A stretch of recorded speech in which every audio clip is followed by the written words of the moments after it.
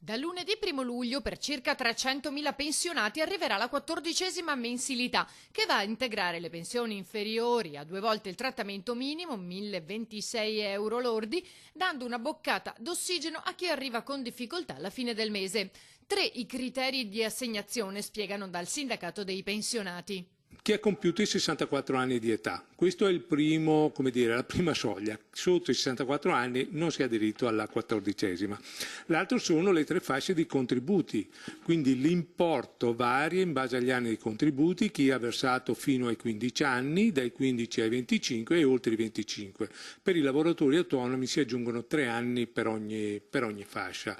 L'ultimo è il limite di reddito. Abbiamo un tetto massimo di 13.842 che si abbassa a 10.003 euro, in questo caso aumenta l'importo della 14ª. Non tutte le persone che ne hanno diritto però potrebbero ricevere la 14ª, per questo lo SPI-CGIL ha dato il via alla campagna Controlla la tua pensione. Questo è un dato che succede ogni anno. Quest'anno abbiamo il sospetto che sarà un po' di più. Infatti l'INPS non ha ancora comunicato, non ha fatto ancora nessuna comunicazione relativamente alla 14ª, cosa che invece gli altri anni era già avvenuta. Per cui è utile che queste persone, questi pensionati o pensionate vengano presso i nostri uffici dell'INPS per fare un controllo, perché può darsi che arrivi in ritardo, come può succedere, oppure se non la riceveranno allora avvieremo le pratiche per chiederne il diritto.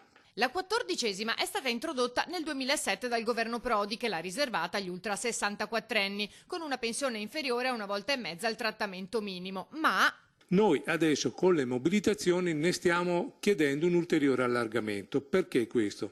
Perché le pensioni si stanno svalutando sempre di più, per cui per noi la 14ª diventa uno strumento di tutela del potere d'acquisto e di rivalutazione delle pensioni. Quindi per questo motivo noi chiediamo che ci sia l'estensione fino ai 20.000 euro lordi.